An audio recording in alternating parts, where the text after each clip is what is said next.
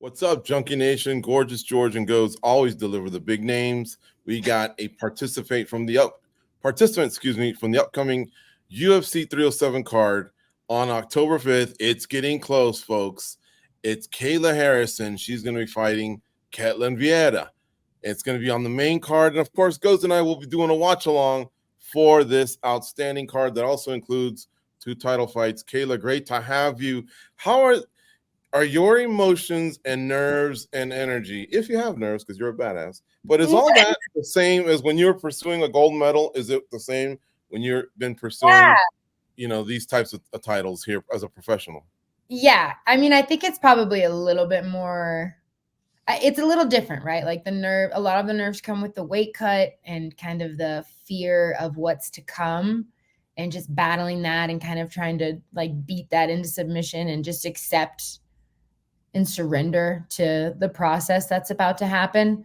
And it's different. Like, I think for MMA, like you're stepping inside of a cage and they're locking the door with another human and you don't know what to expect, no matter how hard you prepare. Like, you're like, what if I'm wrong? What if, and so again, just like doing those mental reps, having those positive affirmations, going to bed every night, visualizing myself being successful, visualizing myself making weight, visualizing the first elbow, the first takedown, the knockout, the submission, helps kind of dissipate those nerves. And I'm also really excited. Like, I can't believe this is my life most days. I get to wake up. I get to go do what I love. My kids are homeschooled. We get to travel. We get to have fun. I have more money than I ever thought I would have. Like, and I'm chasing a dream. Like, what is not to love? And I'm doing it with people that I really, truly admire and care about. And I think and believe care about me. Like, holy shit, is this my life? Nice. I watched the Olympics this year and it was fun watching judo, and it's been fun watching judo these years compared to other years. And it's because of all the judokas I've met along the way that have either been, at that high level or not. Did you watch it? And I wanted to ask you, how do you feel you left judo, and how would you want to leave MMA when this comes? I did watch some of it. My daughter actually, so I teach a judo class now. My daughter and I went to the New York Athletic Club's New York Open a couple years ago, and she was like, "Mom, I really want to do judo." And I was like, "Well, if you're going to learn, you're going to learn it from me." So I started this class just for fun. It's free. It's, open to the public. And cool. So my daughter really, I just asked that they make a donation to my foundation, and every Fridays for ages 4 and up can come and learn judo. So it's been really fun, and it's been such a blessing to get back on the mat and give back and just kind of like spend time with my kids and bond over that together. Mm-hmm. So she wanted to watch judo, and we did. We watched some of it. The rules are so different now. I barely understood what was happening. Really? But it was cool to see and to just kind of like get that nostalgic, the memories and just the joy. Like, there's nothing quite like winning an Olympic gold medal for your country. We actually watched the mixed team event, which was not a thing when I was doing judo. So I really enjoyed that. I think that that's such a great addition to the judo Olympic like medal program. And yeah, I loved it. It was great. And do you think you can impact MMA for little girls, just like your daughter? I hope so. Or others the same way that you may or may not have for judo? Because do you feel like judo grew after your run, maybe even Ronda's run and their your popularity? I do think so. My goal is always to be the light in the world that I, be the change, be the light that I want to see. I take being a role model very seriously. I consider it an honor and a responsibility. And that's why hopefully, like, knock on wood, as long as I don't have a nervous breakdown, you'll never see me with DUIs or scandals or anything like that. Because how I carry myself and I want little girls and boys all over the world to know that if you work hard and you surround yourself with people who believe in you and you believe in yourself, there's nothing you can't accomplish. And I do think that the landscape changed a little bit after my gold medals. I think that it could have changed more, but that's, That's a story for another day. Do you remember the Camarillo? I'm in MMA, so I guess we should be grateful that I didn't get the job. Do you remember the Camarillo brothers from the late 90s and early 2000s and their version of judo is like guerrilla jiu-jitsu? Guerrilla judo, I think. Sorry. Yeah, How about you? Is when you teach, what do you teach? Is it Kayla Harrison judo, American judo, any other type of judo? I mean, to be honest with you, this is like totally shameless. So when I was growing up, I was one of the instructors at Pedro's Judo. So Jimmy and Big Jim. Jimmy had like a recreational club as well as the national team. And I unashamedly teach everything that I learned from the Pedro's curriculum, which I do believe is pretty much the American judo system. But yeah. And honestly, like it's once a week. It's not every day. It's all I have time for right now. It's just for fun. Yeah. We play a lot of games. We do have a lot of discipline. I try to keep it rooted in like the culture of judo. So, we talk about why we bow, and I show them how to properly tie their obis, and we use the correct Japanese terminology, and we bow into every class and we bow out of every class, and they say, yes, sensei, or no, sensei. So, I love it. The kids really, we have a huge class. They all seem to keep coming back. So it's good. It's good. At UFC 307, I know your goal is to weigh 135 because of what that could bring should something happen in the main event. I don't want to jinx anybody. But how hard is that last pound? Because obviously, you started out as a lightweight and you slowly come down, and you've shared with us that it's not easy, but how hard is that last pound, I guess? Yeah, it's that last pound is God, not Kayla. Let's just put it that. That's not anything that a human can do. It's definitely a higher power who's getting me to that point. And that's again where faith and trust and surrender play a big role in me being able to chase this dream and to do what I love. Would your hair come off for that last pound? Oh, because it's looking pretty fabulous right now. I don't know. Thank you for noticing. Oh, see, that's why I love you guys. Listen, there isn't much I wouldn't do to be UFC champion. So yeah, the hair, I'll be bald as a newborn baby if I could be UFC champion. Yeah. Go ahead, guys. Kayla, I just wanted to ask, most of your career and, even going back to judo, a lot of tournament formats where you kind of know who's next, right? And we often get fighters here that sometimes they don't want to talk about anything past their current opponent because they feel like maybe they're disrespecting the situation or something. But in life, we do kind of look past certain situations a lot. We plan ahead.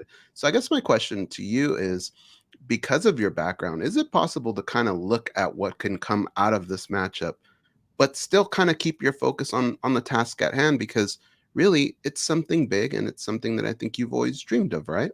Yeah. No, I think for sure, look, every judo tournament, you get the draw, you get your seed, you see who you have first round, who you could potentially have second round in the quarters and the semis and the finals. But at the end of the day, a lesson I actually learned from judo was everyone's tough until you beat them, and you just take it one match at a time, 1 minute at a time, one exchange at a time, one breath at a time. You be here now, you be present. I actually, in the World Championships in 2014, I won my first match, and then I had this Korean girl. And the match after that, the quarterfinals, I was going to have my longtime rival, Myra of Brazil. And we were both like really kind of like head to head, back and forth. She won one Worlds, I won the other. I won the Olympics. She went like back and forth, back and forth. And I was so focused on that match that I got thrown by the Korean and didn't make it to that match. And actually, Myra did the exact same thing on the other side. She lost to like the Kazakhstani girl. And then the two favorites weren't even in the finals of the World Championships. Like it was this whole, and I remembered that day, and I remember how shocked I was.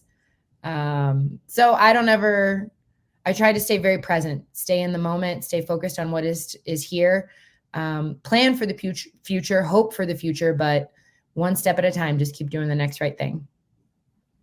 And Ketlen Vieira, based on your career so far and everything that you've had to face, when you look at her puzzle, is there anything in there that maybe you could say you haven't seen to this moment? I don't think so. I mean, I think she's a good fighter. She's well-rounded. She's got good jiu-jitsu. I do know I'm expecting some judo knowledge from her just because of her background in judo as well. But I don't think that, I mean, look, we won't know until fight night. Everyone's tough until you beat them. But I just think that I'm better everywhere and I've properly prepared, and it's going to be a long night for Ketlen. You are an excellent fighter and an excellent mother. Oh, thank you. But how much of that? Some days they might think I'm a good mom, and some days they might say, yeah. No, we recognize.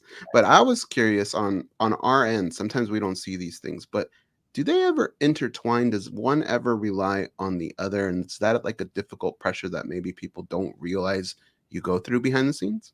Yeah, I think it's not that they rely on each other. It's that I have to keep the balance in check. Like well, first of all, I'm the sole breadwinner for our family. So like me doing good is important in order to take care of my children.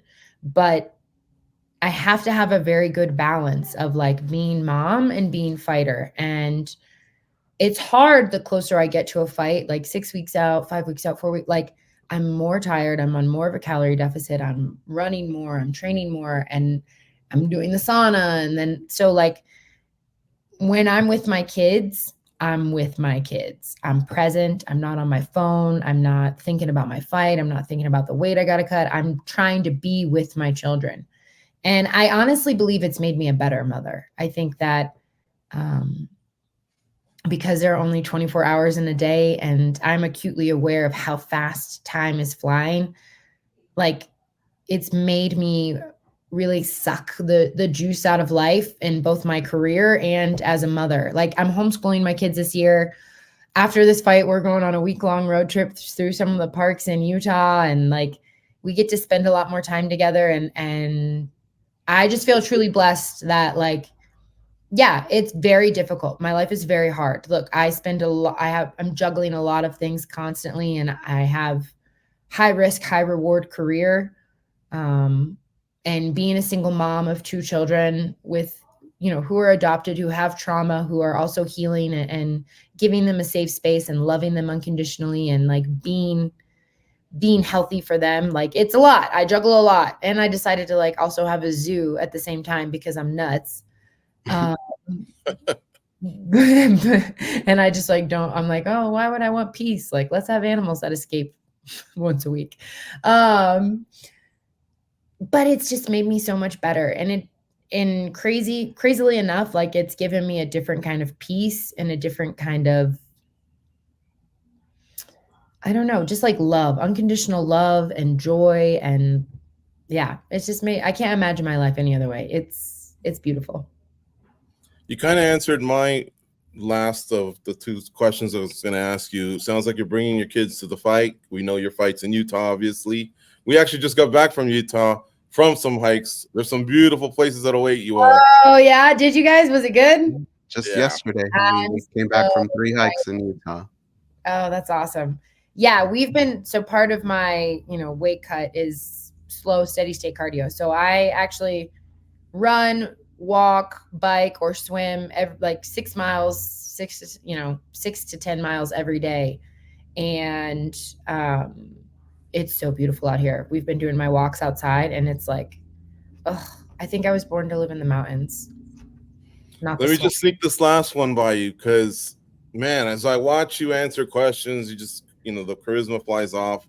Do you get movie opportunities on your desk? Or TV opportunities, by the way? Action hero stuff? I don't know. I'm just waiting for the day, boys. I'm ready. I've got accents. Listen, I spend a lot of time reading children's books, and there is a lot of dialogue and you have to make the different characters, different accents. So I'm ready. All right. I've got a what's his face? Daniel Tiger. Hey, Mom, can I have a hug? I've got my Irish accent for if there's a nanny. Oh, darling, don't you be doing that now. All right, off to bed with you. I'm ready. So Hollywood, call your girl. Bring her. All right. Thanks for the time, Kayla. Always great talking to you. Can't wait for your fight at UFC 307 against Ketlen Vieira. Thank you guys so much.